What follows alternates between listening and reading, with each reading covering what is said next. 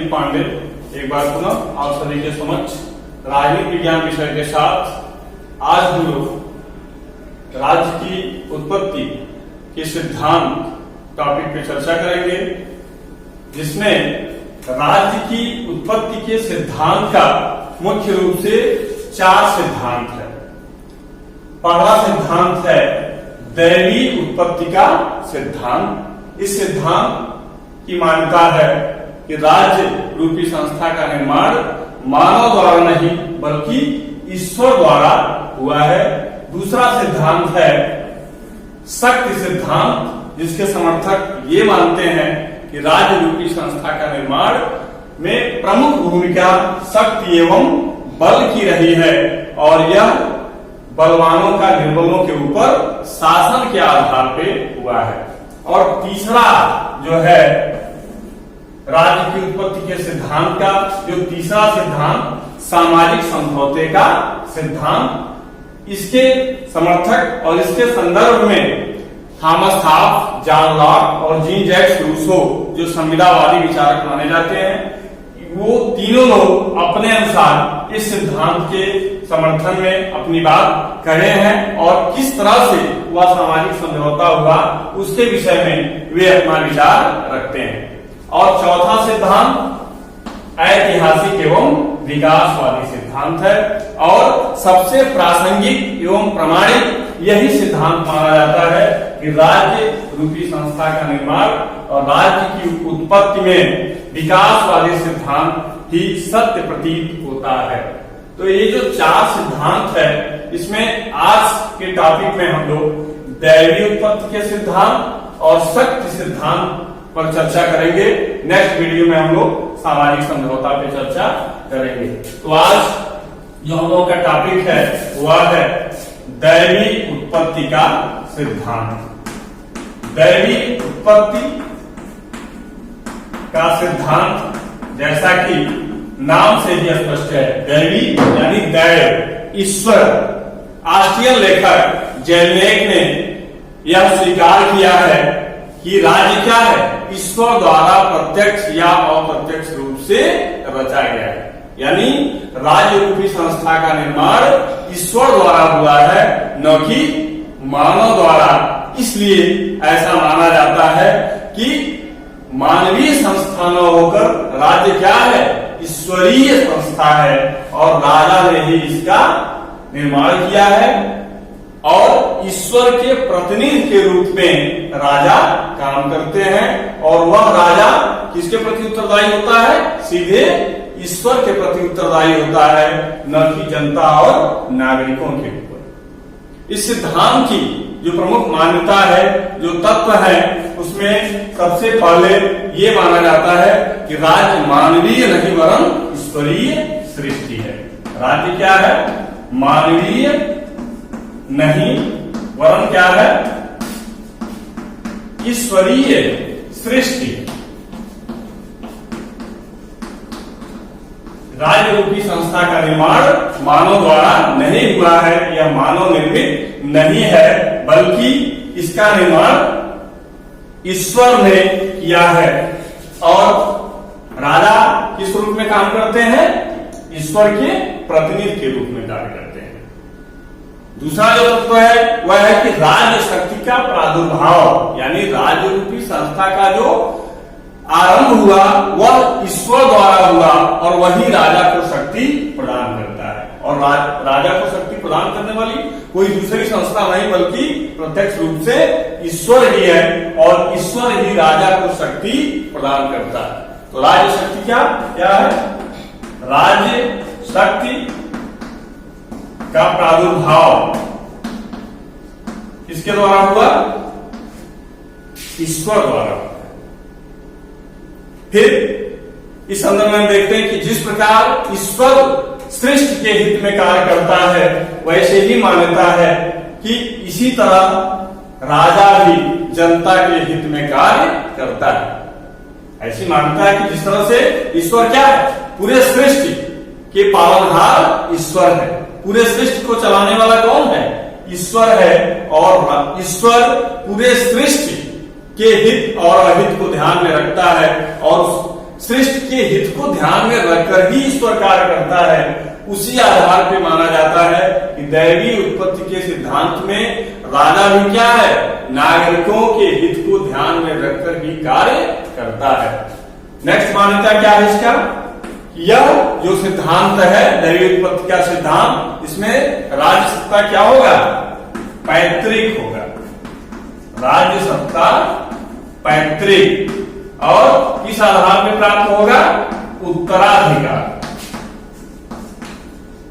यानी राजा होने के लिए और किसी प्रकार की योग्यता की आवश्यकता नहीं है, सिर्फ और सिर्फ राजा का लड़का ही राजा हो सकता है और दूसरा कोई नहीं हो सकता है।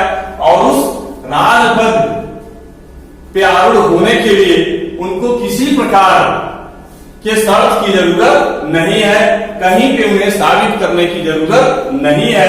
राजा का लड़का यानी पीढ़ी दर पीढ़ी वंश परंपरा के आधार पर राजा का लड़का राजा होता है। इस सिद्धांत के समर्थन में इंग्लैंड के राजा जेम्स प्रथम, इन्होंने अपनी पुस्तक द ट्रू ऑफ मोनार्ची में इसका विस्तार से वर्णन किया और 1609 ईस्वी में उन्होंने संसद में इस बात को कहा था कि ईश्वर और राजा में इतनी साम्यता है कि यदि ये कहा जाए राजा ही ईश्वर है तो इसमें किसी प्रकार की कोई अतिशयोक्ति नहीं। कुछ आलोचक हैं जो दैवी उत्पत्ति के सिद्धांत की आलोचना करते हैं, वे उस आलोचना में जो तर्क देते हैं उस आधार पे वो क्या कहते हैं, ये जो आलोचना, हम शक्ति सिद्धांत की जब आलोचना की बात करते हैं तो वे कहते हैं यह क्या है कि यह अवैज्ञानिक, दैवी उत्पत्ति का सिद्धांत क्या है, अवैज्ञानिक एवं अऐतिहासिक,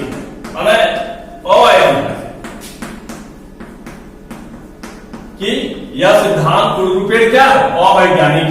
यानी वैज्ञानिक क्या है, ईश्वर को नहीं मानता है, तो इसमें यह सिद्धांत अवैज्ञानिक और अनैतिहासिक है। यानी इतिहास में इस तरह का कहीं कोई उल्लेख नहीं मिलता है कि राज्य रूपी संस्था का निर्माण ईश्वर द्वारा हुआ है।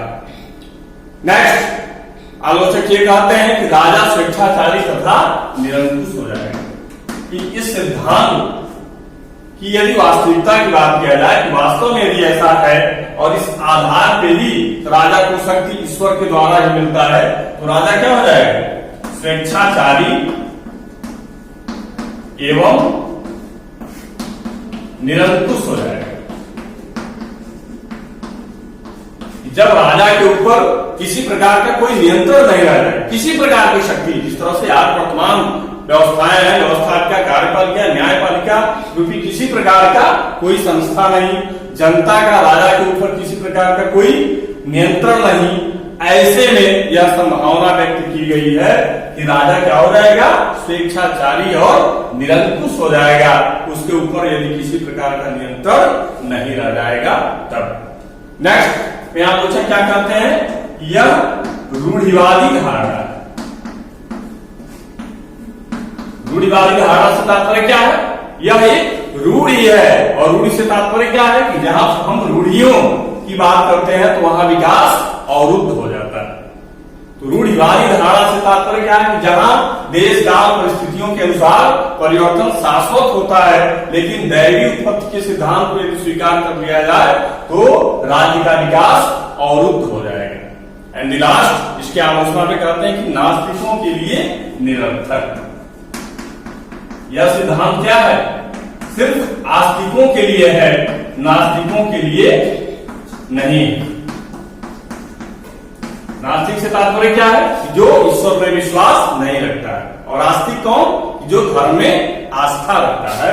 तो इस सिद्धांत को कौन मानेगा, जो ईश्वर में विश्वास रखेगा।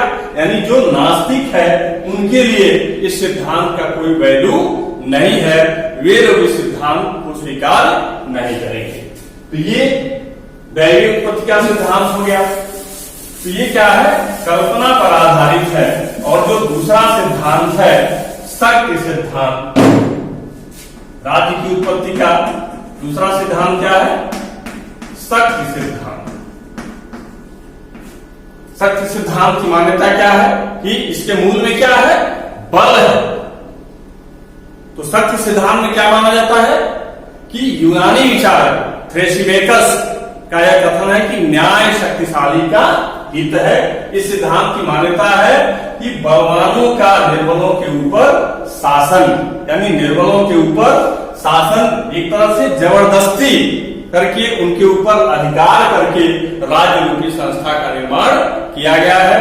और इसके मैकियावली को भी माना गया है क्या कि राज्य के अस्तित्व के लिए, मैकियावली ने भी माना है कि राज्य के अस्तित्व के लिए शक्ति को मूल आधार माना है। ये जो इसके समर्थन में कहते हैं कि मैकियावली इसका समर्थन करते हैं। मैकियावली कौन? जिन्होंने लगभग 500 से 1500 ईस्वी तक 1000 वर्षों का जो मध्ययुगीन राजनीतिक चिंतन रहा वह अंधकारमय जिसे कहा जाता है। उसके बाद 1469 में मैकियावली का जन्म होता है और मैकियावली को आधुनिक युग का जनक माना जाता है। और इस सिद्धांत के समर्थन में मैकियावली क्या कहते हैं कि राज्य के अस्तित्व के लिए शक्ति को मूल आधार मानना पड़ेगा, यानी मैकियावली शक्ति सिद्धांत का समर्थन करते हैं। इसका जो तत्व है या मान्यता है उसमें सबसे पहले है कि एकमात्र कारण शक्ति नहीं। ऐसा क्या है कि शक्ति क्या है? राज्य के उत्पत्ति में शक्ति को स्वीकार किया जा सकता है, लेकिन शक्ति क्या हो सकता है? एकमात्र कारण नहीं हो सकता है। राज्य की उत्पत्ति का एकमात्र कारण शक्ति को स्वीकार नहीं किया जा सकता है। ठीक है, लेकिन इसके समर्थक क्या कहते हैं? अभी तो हम लोग आलोचना नहीं, अभी तो हम लोग इसके तत्व की बात कर रहे हैं कि ये क्या कहते हैं कि एकमात्र कारण शक्ति ही है। जो इसके समर्थन में कहते हैं कि शक्ति ही राज्य के अस्तित्व का एकमात्र कारण है। नेक्स्ट में इसके समर्थक मानते हैं कि प्रकृति शाश्वत शक्ति ही न्याय। प्रकृति की ऐसी मान्यता है कि शाश्वत सत्य ही क्या है? शाश्वत सत्य ही है क्या? न्याय। शक्ति को शाश्वत सत्य माना गया है कि शक्ति ही शाश्वत सत्य है, यानी बिना शक्ति के राज्य रूपी संस्था का निर्माण संभव नहीं है। फिर इसके समर्थन में कहते हैं कि राज्य की सुरक्षा बल पर निर्भर है, यानी राज्य रूपी संस्था का जो सुरक्षा है, जो उसकी सिक्योरिटी है, वो बिना बल या शक्ति के संभव नहीं है। कि राज्य की सुरक्षा बल पर निर्भर है। राज्य की सुरक्षा बल पर निर्भर है, यानी बिना बल और बिना शक्ति के राज्य की सुरक्षा संभव नहीं है। अंत में इसकी जो मान्यता है ये कहा जाता है कि जो कहावत है कि जिसकी लाठी उसकी भैंस, जिसकी लाठी उसकी भैंस। तात्पर्य क्या है कि बलवानों का निर्णयों के ऊपर शासन, यानी जो शक्तिशाली है उसी का विजय अवश्य भारी है। और इस आधार पे ये समझते हैं कि शक्ति सिद्धांत के आधार पर ही राज्य रूपी संस्था का निर्माण हुआ है। फिर आलोचक क्या कहते हैं इस संदर्भ में? जो आलोचक है वे अपना मंतव्य देते हैं कि नहीं, शक्ति के आधार पे राज्य रूपी संस्था का निर्माण नहीं हुआ है। राज्य की उत्पत्ति में शक्ति सिद्धांत एक आधार हो सकता है, लेकिन सिर्फ शक्ति के आधार पर ही राज्य की उत्पत्ति हुई हो यह आवश्यक नहीं है। शक्ति राज्य की उत्पत्ति का एकमात्र आधार नहीं। आलोचक क्या कहते हैं कि शक्ति राज्य की उत्पत्ति का एकमात्र आधार नहीं।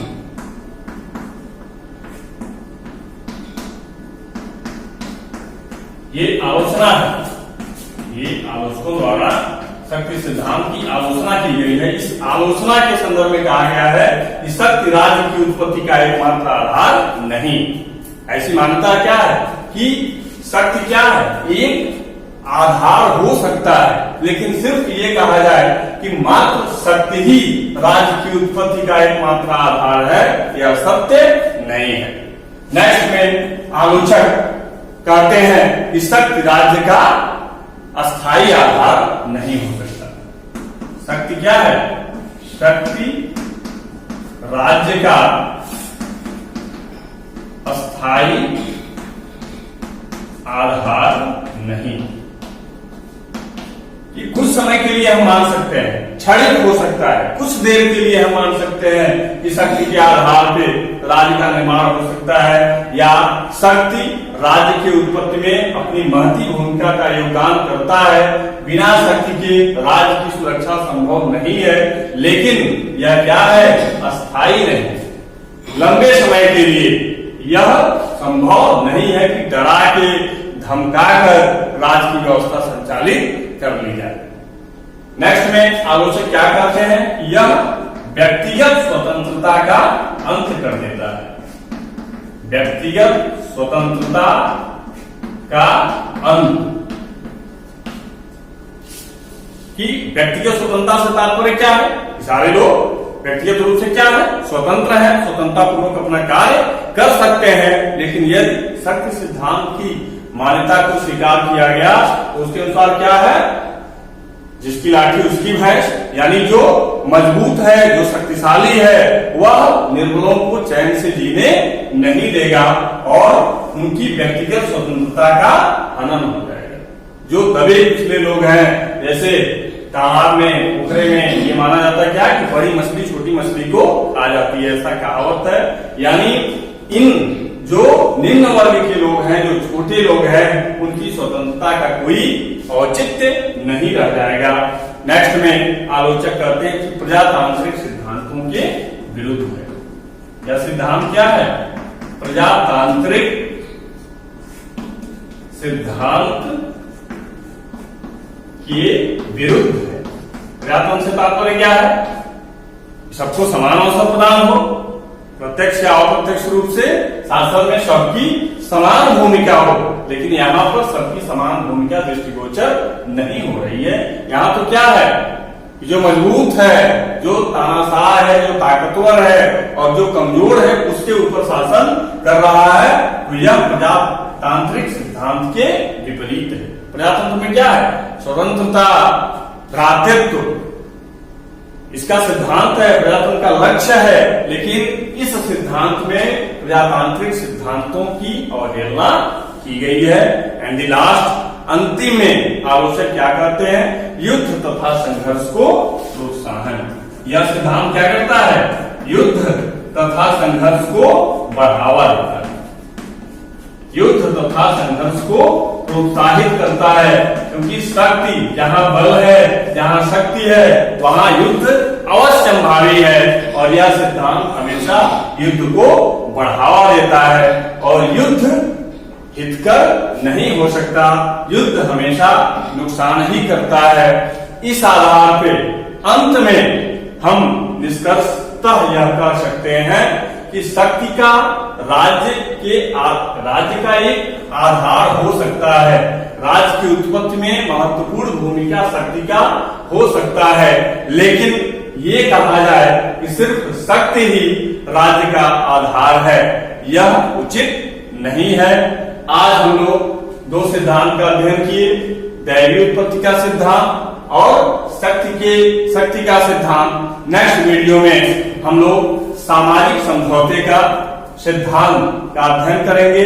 आज सिर्फ इतना ही, नेक्स्ट वीडियो में पुनः आपसे मिलेंगे। धन्यवाद।